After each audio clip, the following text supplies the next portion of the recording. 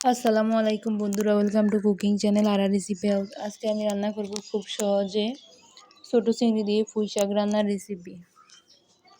তো এখানে আমি একটা হাঁড়িতে তেল দিয়ে দিলাম পরিমাণ মতো, পেঁয়াজ কুচি,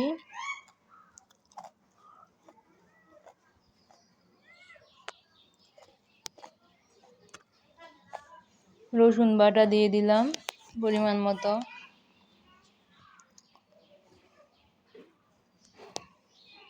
এগুলোকে একটু নেড়ে চেড়ে ভেজে নিব।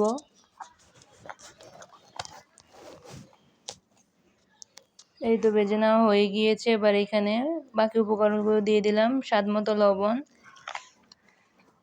হলুদের গুঁড়া, মরিচের গুঁড়া পরিমাণ মতো। এখানে মরিচটা একটু কম অ্যাড করবেন, হলুদও কম অ্যাড করবেন, শাকটার কালার নষ্ট হয়ে যাবে।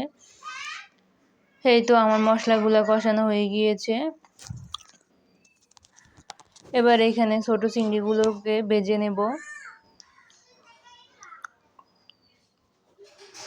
এই তো চিংড়ি মাছগুলো দিয়ে নেড়ে চেড়ে নিলাম। তো একটু ভেজে নেব, ভেজে নেওয়া হয়ে গিয়েছে দেখতে পাচ্ছেন।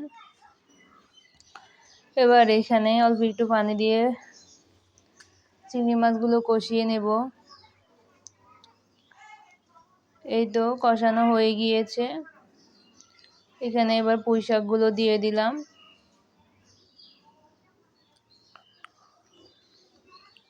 একটু নেড়ে চেড়ে নেব।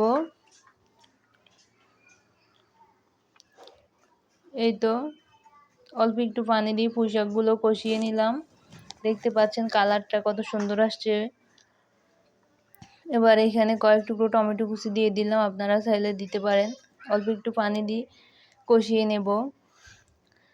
এই তো আমার রান্না হয়ে গিয়েছে দেখতে পাচ্ছেন। তো এভাবে আপনারাও বাসায় রান্না করে দেখবেন। ভিডিওটি ভালো লাগলে লাইক দিবেন। আল্লাহ হাফেজ।